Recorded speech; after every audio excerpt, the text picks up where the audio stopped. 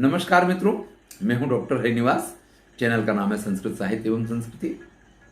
महाभारत की श्रेष्ठ कथाएं चल रही हैं, इसमें भी अगस्त्य मुनि की कथाएं आपको सुना रहा हूं। अगस्त्य मुनि ने विंध्याचल पर्वत को कैसे वृद्धि होते हुए रोक दिया, ये कथा आपने सुनी। अभी जो काल के दैत्य समुद्र में जाकर के छुप जाते हैं, उनके लिए देवता जब पहुंचे हैं जाकर के और उनसे प्रार्थना करते हैं, त्रिदशा नाम वचा श्रुत्वा मैत्रा वरुणिमब्रवीत किमर्थम अभियाता स्थवरम मत कमीक्षत। भाई आप लोग किस लिए यहां आए हैं, आपको क्या चाहिए? तब देवताओं ने सारी कहानी सुनाई कि महाराज काल के दैत्य इस तरीके से इस पूरी पृथ्वी का विनाश करने के लिए तुले हुए हैं, और जैसा कि स्वयं श्री विष्णु ने कहा है कि वो समुद्र में जाकर के छिप जाते हैं। जब तक उस समुद्र के जल को खत्म नहीं किया जाएगा तब तक उनको कोई मार नहीं सकता है, और उस समुद्र के जल को खत्म करने की शक्ति सिर्फ आपके पास है। त्रिदशानाम वचा श्रुत्वा तथेति मुनिरब्रवीत। तब उनका कहना था, ऋषि तो वही है जो दूसरों के दुख से द्रवित हो जाए। अगस्त्य मुनि करिष्ये भवताम कामम लोकानाम च महत्सुखम। संसार के कल्याण के लिए आपके इस कार्य को मैं करूंगा। तुरंत उसके लिए हां बोल देते हैं, और फिर बहुत सारे तपस्वी, बहुत सारे ऋषि देवता सबके साथ अगस्त्य मुनि समुद्र के किनारे जाकर के पहुंच गए हैं, और सबसे उन्होंने कहा है, अहम लोक हितार्थम वै पिबामी वरुणालयम। मैं संसार के कल्याण के लिए इस समुद्र का पान कर रहा हूं। भवद भी यद अनुष्ठेयम तत् शीघ्रम संविधीयताम। अब आप लोगों को जो करना है वो फटाफट अपना काम खत्म कर लो। ऐसा नहीं हो कि मैं समुद्र का पान करूं और फिर वो यहां से भाग जाएं। देखिए क्या है कि शत्रु जब निश्चिंत हो, उसको ऐसा लगे कि मैं अपने किले के अंदर सुरक्षित हूं, उसी स्थिति में अगर उसको पकड़ लिया जाए, उसी स्थिति में अगर उसको दबोच लिया जाए तो ज्यादा सरल हो जाता है कार्य। तो अगस्त्य मुनि ने कहा है कि मैं तुम्हारा ये काम कर रहा हूं, मैं इसका जलपान कर रहा हूं, और तुम जो है सभी अपने अपने कार्य को करो। देखिए सबको अपने अपने कार्य क्या करने हैं। अगर समुद्र नहीं होगा, समुद्र में जल नहीं होगा, तो बहुत सारी समस्याएं खड़ी होने वाली हैं।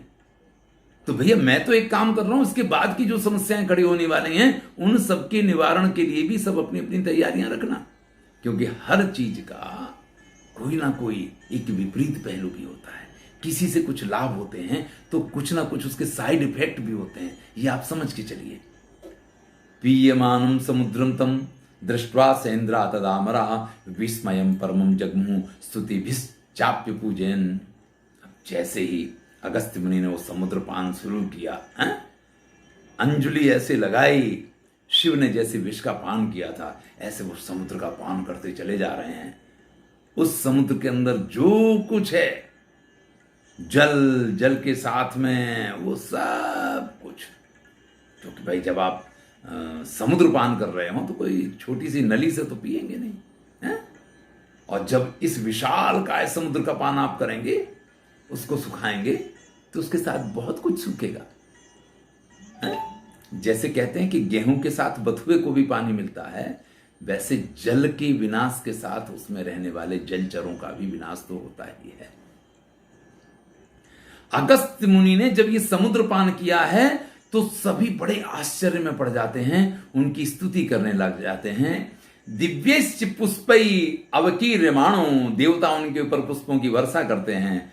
महार्णवम निस्सलिलम चकार, और पूरे समुद्र को जल से विहीन बना दिया है। देवता एकदम तैयार थे, काल के दैत्यों पे आक्रमण कर दिया गया है। आज काल के दैत्य उस तरीके से तैयार नहीं थे युद्ध के लिए, इसलिए उन सब का विनाश कर दिया गया है। काल के दैत्यों का विनाश करने के बाद देवता वापस अगस्त्य मुनि के पास आते हैं, उनसे कहते हैं, पूर्यस्व महाबाहो समुद्रम लोक भावने यत्वया सलिलम पीतम तदस्मिन पुरुरुत्सृज। आपने जिस जल का पान किया था अब आप उसको वापस छोड़ दीजिए और समुद्र को वापस भर दीजिए, क्योंकि वो जो कार्य करना था वो कार्य पूर्ण हो गया। तब अगस्त्य मुनि कहते हैं, जीर्णम तद्धीमया तोयम उपायोन्य प्रचिंत्यताम पूर्णार्थम समुद्रस्य भवद्भिः यत्नमा स्थितैः। भाई आपने जो जल हमें पिलाया, हम तो उसको पचा गए, वो तो पच गया है। अब वो जल आपको, आप कहें कि वापस में उसका वमन कर दूं, ये तो संभव नहीं है। वो जल तो अब पच चुका है, वो तो खत्म हो गया। अब तो इस समुद्र को भरने के लिए, इसको फिर से जल से पूर्ण करने के लिए आपको कोई दूसरा ही उपाय देखना पड़ेगा। देखिए, अब उस समुद्र को पूर्ण करने के लिए किस प्रकार से उपाय शुरू होंगे, वो कथा तो हम सुनेंगे। लेकिन अगस्त्य मुनि की एक कथा जो यहां महाभारत में तो नहीं दी गई है, लेकिन मैंने बचपन में सुनी थी, वो कथा और आपको सुनाता हूं। एक बार की बात है कि पार्वती जी जो हैं, पुराणों में ही आती है, ऐसा नहीं कि मैं अपनी कथा बना के कह रहा हूं। मैंने कहा कि मैंने अपने गुरुओं के पास से सुनी है। एक बार की बात है, पार्वती जी शिव जी से कहती हैं कि सभी लोग अपने यहाँ ब्राह्मणों को बुलाते हैं, उनको भोजन करवाते हैं। मैं तो अन्नपूर्णा हूँ, मेरे पास तो अन्न के भंडार रहते हैं, लोग मेरी उपासना करके अन्न से परिपूर्ण हो जाते हैं, और आपने ऐसा कभी मुझे मौका ही नहीं दिया कि मैं किसी ब्राह्मण को अच्छी तरीके से भोजन करवा पाऊँ। आपको भी किसी ब्राह्मण को बुलाना चाहिए। अब एक दिन की बात थी, शिव जी ने सुनी अनसुनी कर दी, ध्यान नहीं दिया इस बात। अब पार्वती जी को अपने अन्नपूर्णा होने का गर्व, और शिव जी आप जानते हैं कि अवढरदानी आशुतोष हैं, न तो उन्हें किसी चीज की आकांक्षा है, वो तो बिल्कुल ही अपने मस्त मलंग प्रकार का उनका स्वभाव, और ऐसे लोग होते हैं इन सारी चीजों में पड़ते नहीं है। तो शिव जी ने जब बात को सुना अनसुना किया, तो पार्वती जी को थोड़ा क्रोध आया, और क्रोध आया, उन्होंने कहा कि देखिए, आप हमारी बात पे ध्यान नहीं दे रहे हैं। मैंने कई बार आपसे कहा है, मैं आपसे कह रही हूं कि भाई ज्यादा नहीं, कम से कम किसी एक ब्राह्मण को तो किसी दिन बुला लो कि जिसको मैं ब्रह्म भोज करवा करके और एक आनंद प्राप्त करूं ब्रह्म भोज का। तो उनका ठीक है, आप अन्नपूर्णा हैं, आपकी बड़ी इच्छा है, तो मैं बुलाता हूं, आप उनको भोजन करवा दीजिए। तब उन्होंने अगस्त्य मुनि को आमंत्रण दे दिया। अगस्त्य मुनि आए, और माता पार्वती जो अन्नपूर्णा हैं, उन्होंने उनको भोजन करवाना शुरू किया। अब जो पूरे समुद्र का पान कर जाए, आप समझ सकते हैं कि उन्होंने भोजन कितना किया है? स्वयं माता अन्नपूर्णा, जिनको कि गर्व था कि मैं अन्नपूर्णा हूं, उनको भी ये एहसास करवा दिया कि भाई अन्न के भंडार कितने भी हों, लेकिन किसी को भोजन करवाने के लिए आपके पास जो शक्ति चाहिए, वो शक्ति एक अलग चीज है। आपके घर पे अनाज के भंडार भरे हो ना, इससे आप महान नहीं बनते हैं। आप में कितनी शक्ति है कि आप लोगों को भोजन करवा पाए, उससे आप महान बनेंगे। माता पार्वती भोजन करवा रही हैं, और भोजन करते चले जा रहे हैं, जितना बनता जा रहा है, साफ होता जा रहा है। तब माता पार्वती शिव जी के पास गई और उनसे कहा कि महाराज, आप ये कैसे ब्राह्मण को ले आए हैं, कि मैं तो कुछ कर ही नहीं पा रही हूं। तो शिव जी ने कहा कि भाई आप तो अन्नपूर्णा हैं, आप कैसे नहीं कर पा रहे हैं? अगर आप हार जाएंगी तो फिर ये तो कैसे चलने वाला बात है।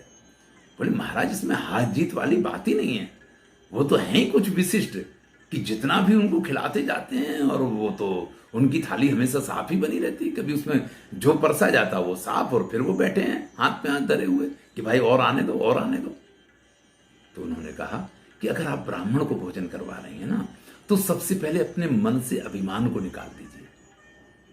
आप मन से अहंकार को निकाल देंगी ना, और फिर अगर आप उसको भोजन करवाएंगे ना, तो वो आपके अन्न के कण से भी तृप्त हो जाएगा, और अभिमान के साथ आप कितना भी बड़ा भोजन को दे देंगे ना, इससे ब्राह्मण कभी तृप्त नहीं हो सकता है।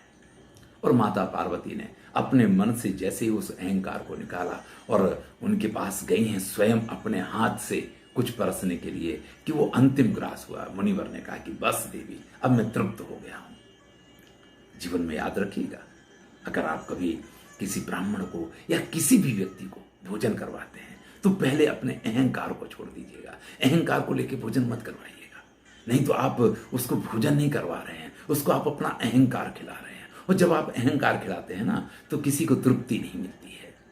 तृप्ति तो हमेशा श्रद्धा से, तृप्ति तो हमेशा आपके आनंद से लोगों को मिलती है। अब माता पार्वती ने कहा शिव जी से कि भाई उनका भोजन तो पूर्ण हो गया, जल के लिए। शिव जी ने कहा दिमाग खराब तो नहीं है? अरे भाई, उनसे कह दो कि फिर कभी जरूरत पड़ेगी तो हम आपको महाराज जल पिलाएंगे, बस आज तो आप भोजन करके ही प्रस्थान कर जाएं। तो ये कहा जाता है कि बाद में माता पार्वती ने इस समय पर उनसे कहा कि अब भाई देवताओं को जरूरत है, और उस दिन जल पिलाना बाकी था, बाबा ये समुद्र का जल पान कर लीजिए। तो इस प्रकार की भी कथा पाई जाती है।